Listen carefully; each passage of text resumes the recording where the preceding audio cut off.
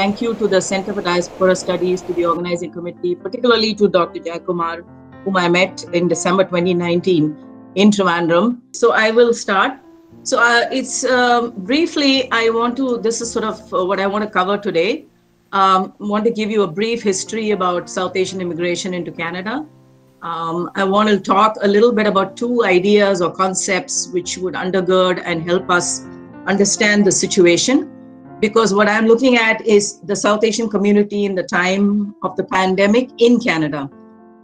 So I will talk about transnationality, transnationalism, coping strategies and resilience, and then end with, of course, the impact of COVID in particular with reference to the South Asian community, what adaptations have been made by them, and some concluding and closing thoughts.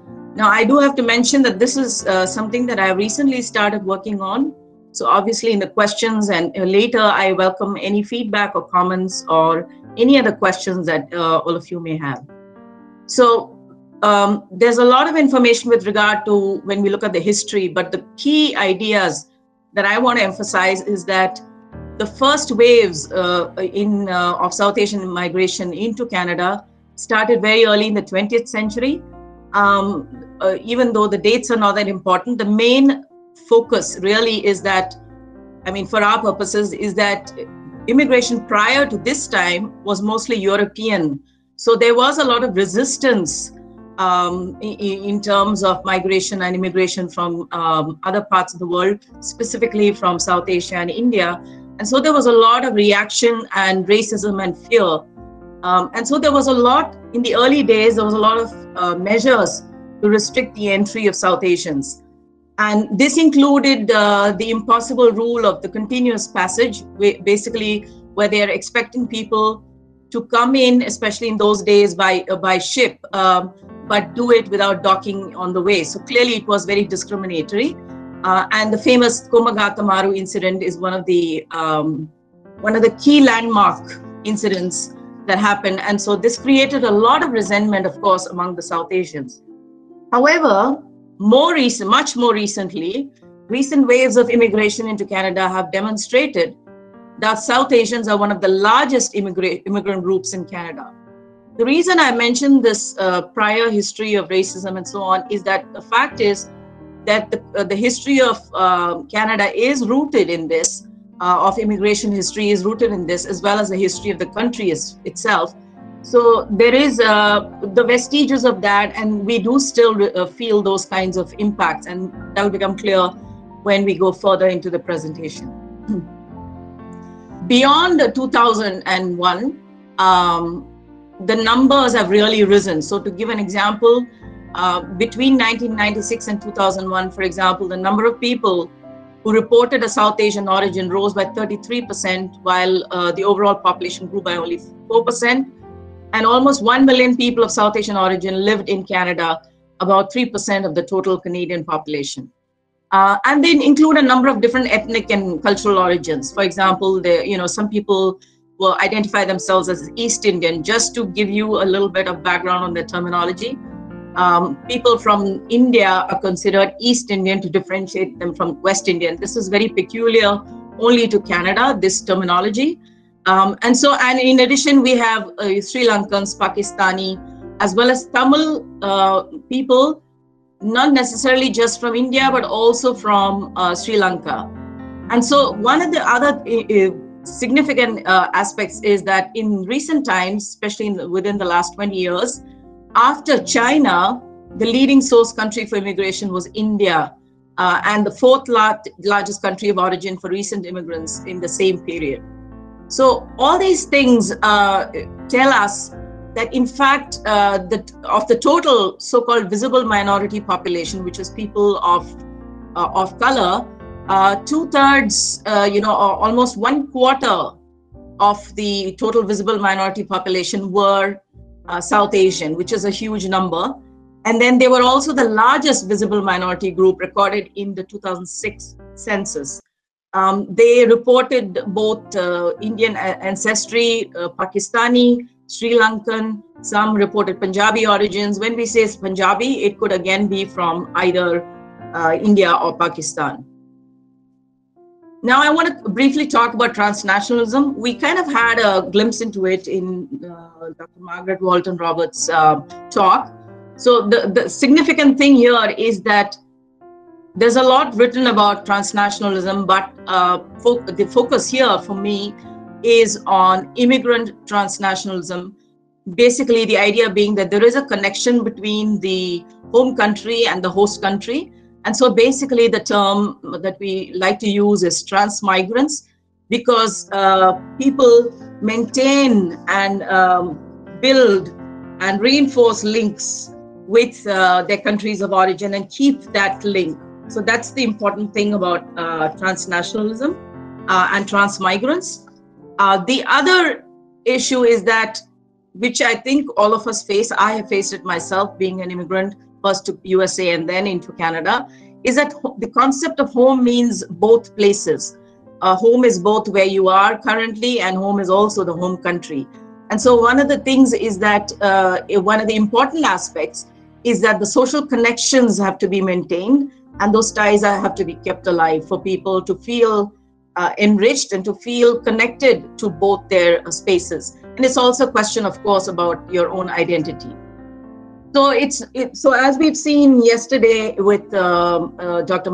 Walton Robert and Neil's presentation, it is one of the issues, of course, is about monetary resources and remittances and so on. But there's a lot of other exchange that happens, including symbolic objects, cultural values, etc., etc. And there's a constant flow of new people coming in, new arrivals, material goods, different kinds of exchanges, as well as, of course, exchange provided by ideas through global media, festivals, rituals, communities gathering together. All this sort of thing happens, which keeps that community very vibrant and connected. The other thing is that what happens is when you come into a new country, you have a lot of social exclusion because of limited opportunities, both in terms of economic opportunities, but also in terms of social capital and building networks. And so often the best way to kind of, people have found is that the best way to kind of make a place for yourself is to provide, is to get support from your own ethnic community, and also to keep connection with the home country by, indulging in things like, engaging in political discussions, going back and visiting, sending remittances, maybe even receiving them in some cases and so on, depending on the status of the individual here. But also the important thing to note here is that it's very important to sustain meaningful relationships with people and institutions in the places of origin. This has been found again and again to be a very significant aspect of transnationalism. So there's a lot of discussions in terms of civic and political engagement, entrepreneurship, also, things like, discussing on platforms. And now, of course, with the pandemic, and even before that, with recent developments in communication and technology, we know that this is happening online, and there are different spaces and platforms for this. So the other thing that I wanted to locate here with regard to what I'm going to be discussing is the idea of coping strategies and resilience, because that is something that will help us understand how people actually have been handling the pandemic, given the different challenges that they've been facing in the Canadian context. So resilience, obviously, is that it's a fact that, resilience, the idea of resilience means that you're basically fundamentally assuming that there has to be some adversity, which is obviously the case here with the global pandemic. There's also the idea that there have to be some processes of adaptation, which is the coping part of it.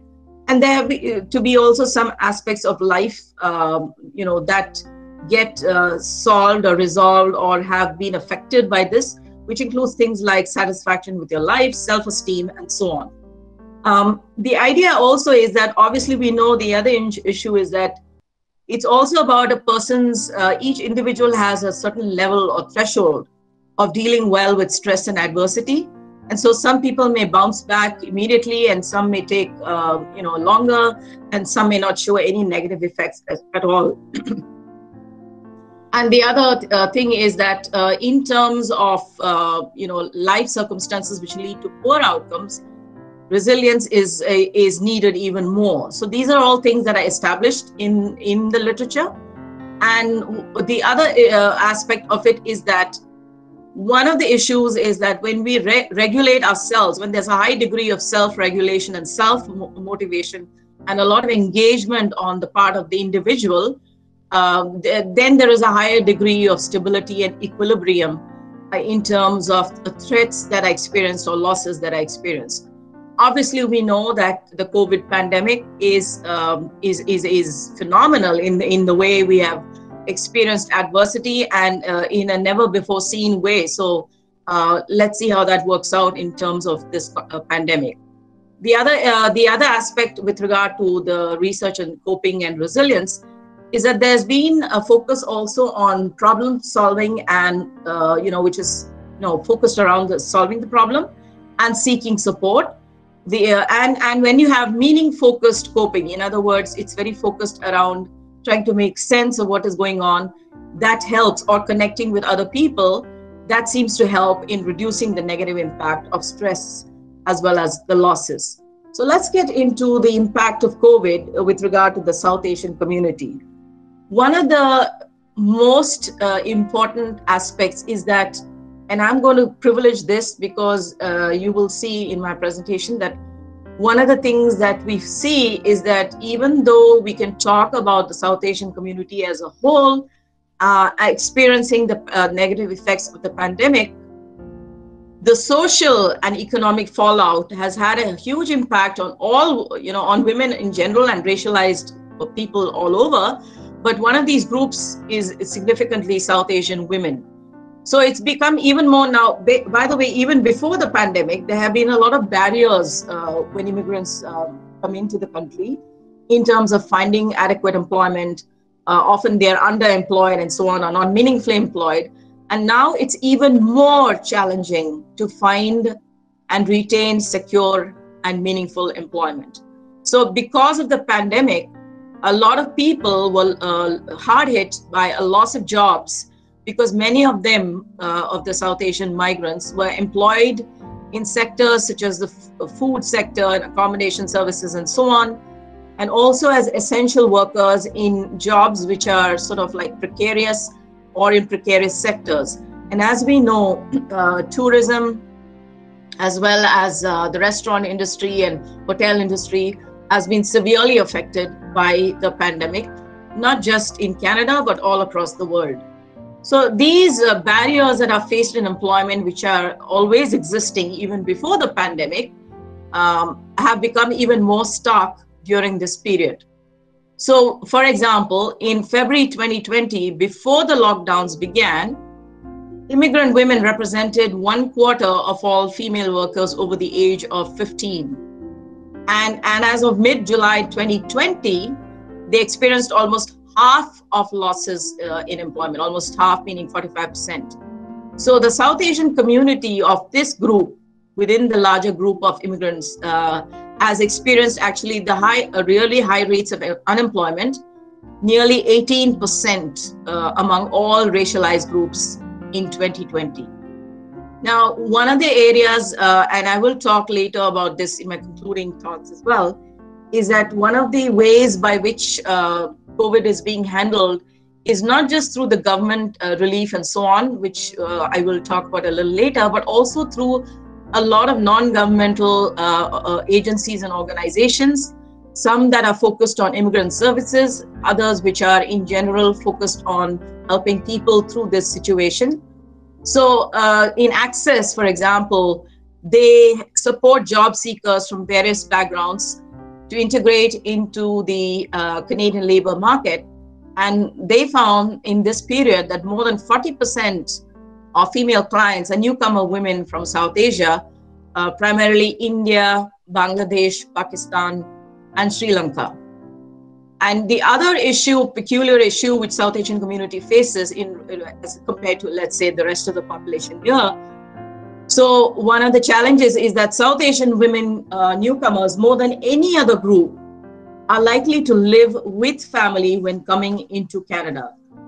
the stress that goes with caring for family members, especially older family members, has increased really a lot since the pandemic has disproportionately impacted South Asian communities. So what happens is, because they are working from home, or in many cases they don't have any work and they have lost jobs, and yet they are supposed to be caring for their family members, they are unable also to retrain, for instance, if that was the one solution to get back into workforce or to get into alternate employment. So this had an influence on their job search training.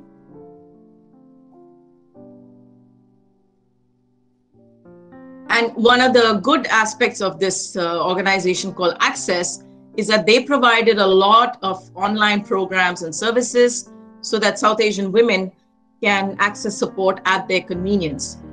The other issue has been that the South Asian community has been scapegoated for the spread of COVID. And this has affected one of the serious issues of the impact of COVID is the mental health of the community, as revealed in a Stats Canada report in 2020. Sorry.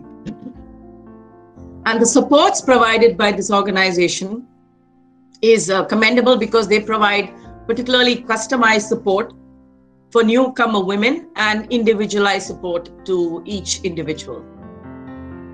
In another survey by the Association for Canadian Studies, which came out in April 2020, 75% of South Asians surveyed reported that the economic crisis was a threat to their personal finances. And they were ranked as, South Asians were ranked as the most vulnerable racialized community in Canada. Obviously, many of them lost their jobs, but it has also been found that they would most likely be unemployed post-COVID because those jobs are gone. Many South Asian temporary foreign workers face unsafe working conditions and abuse from employers during COVID. And this report, prepared by the Council of Agencies Serving South Asians, South Asian Legal Clinic of Ontario, and South Asian Women's Rights Organization, they have shed a light on the impact of COVID on the South Asian community in Canada.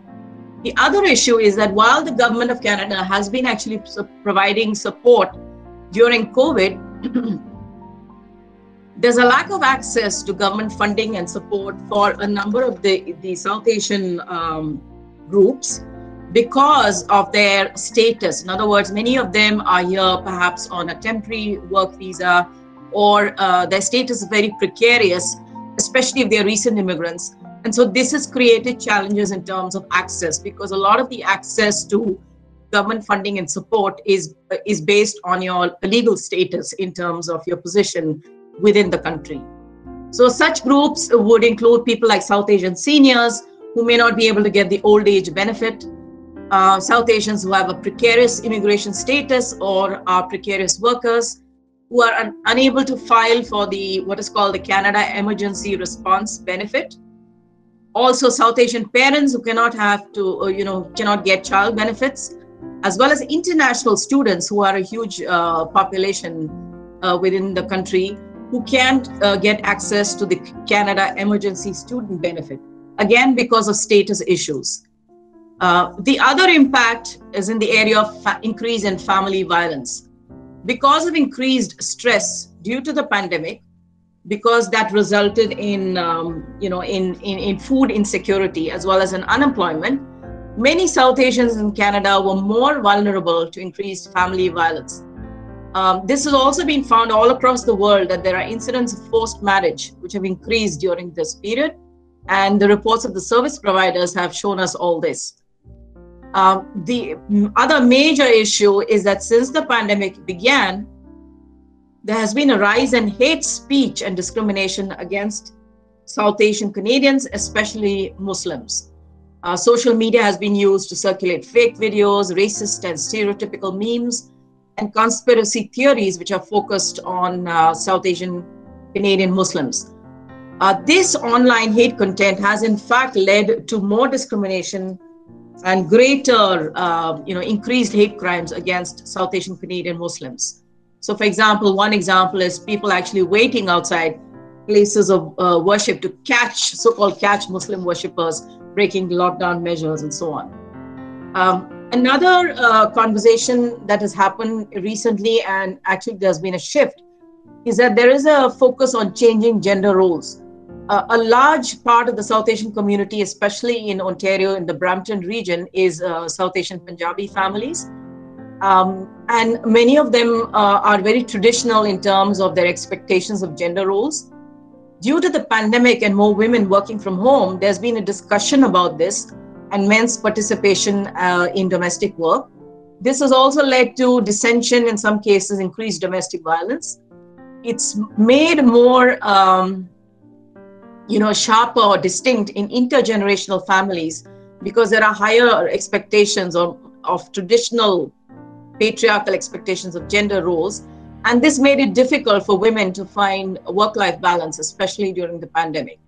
So it's been found that women actually coped by taking breaks when outside, things like grocery shopping, talking to a friend on the phone when they're away from home, shopping, sitting in their car, extending the time by taking, extended coffee breaks and so on.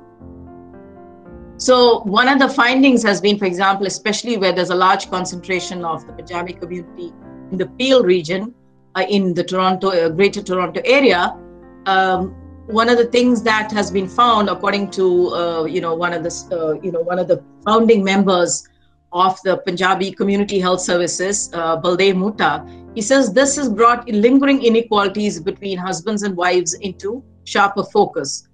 So a lot of things that happened was that the pandemic actually pushed a lot of dormant issues to the surface and forcing people to reconsider some deep-seated ways of being.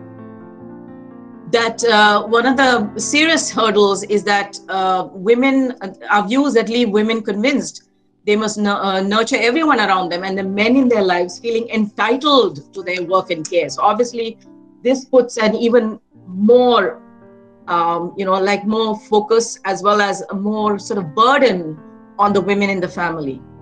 The other thing that has happened in terms of the adaptations is that in terms of, and this could be seen as a positive development, I just have to mention here also that a lot of entrepreneurship efforts have been happening even before the pandemic. But after the pandemic, because they have been losing their jobs and they have not actually been able to find alternate employment, a lot of South Asian women in particular have turned to entrepreneurship. What kinds of business are these? These are very small businesses online, totally new ventures in some cases. They are mostly informal, usually run completely by women. And it's seen as a way to help them support their own families, as well as in some cases help their families back in the home country. So for example, one case in point by Anita, a professionally qualified Indian woman, says, by importing products from home and selling them in Toronto, I'm serving as a conduit between the supply and the demand while supporting the economically hit manufacturers in South Asia. She sells a variety of items online, including home decorations and fashion jewelry.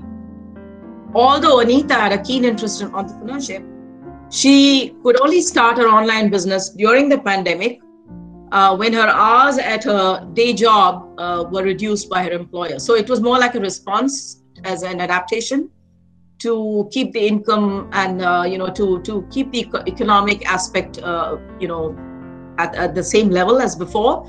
But obviously, it's something that turned into, in this instance, as well as in so many other instances, something that she believed could be sustainable even in the long term. Other online businesses include things like education and languages from the home country for children of immigrants, courses in dance, art, music, religion, cuisine, etc. And this advertising is done through social media like Facebook, and businesses that sell ethnic clothes, jewelry, etc. promote and showcase their products online on various social media platforms. Another aspect of this entrepreneurial response has been home-based catering. Despite these adaptations, though, many entrepreneurs faced financial hardship due to the extended lockdowns and stress due to doing too much, managing their gendered roles at home and managing the home-based or online business at the same time. So, to conclude, It's clear that the pandemic has created challenges for everybody, but in particular for the South Asian community in Canada. Some of these issues were already existent before the pandemic, but it has been made more grave by the pandemic. The significant aspect to note here that there has been a lot of resilience and remarkable ways in which the difficulties have been handled, as we've seen in terms of adaptations, in terms of the way people have coped with and used different strategies to handle the challenges thrown at them. The other issue which I think I want to highlight is that despite some of the barriers that I mentioned earlier, because of the status of the people who have migrated, where they cannot access government supports, a lot of non-profit community service organizations at the grassroots levels have really taken on a lot of burden, and even doing things online and different ways to continue the work that they are doing. In addition, the informal as well as formal transnational connections and local networks within the community have provided, in many instances, succor to the diaspora. On the other hand, there's also been stress caused by this, such as not being able to visit aging parents in the home country for large periods of time due to ever-changing, travel restrictions, bans, testing requirements, etc. The other aspect, another positive aspect, is that ethnocultural organizations have come to a new way of functioning through increased online presence, which includes things like cultural and musical concerts. For example, the South India Cultural Association in Ottawa, the Mahatma Gandhi Peace Council Ottawa with their annual peace talk on Gandhi Jayanti Day, October 2. They've hosted a lot of events online, religious celebrations being streamed online, for example, the Hindu temple, the Gurdwara, in response to the challenges. And so because public health regulations keep changing, we don't know what is going to happen. In fact, on a regular basis, we think things have improved, and then again, we have all kinds of regulations and restrictions in terms of what can be done or not done. So obviously, one of the significant aspects is that the role of the NGOs, the immigrant service organizations, is one of the positive aspects of the efforts and adaptations and coping that has occurred. It's also very clear that the gender process of the consequences of the pandemic within the South Asian community has put a larger burden on South Asian women. However, they've risen to the occasion, as evidenced in their creative responses to meet the challenges posed by the pandemic.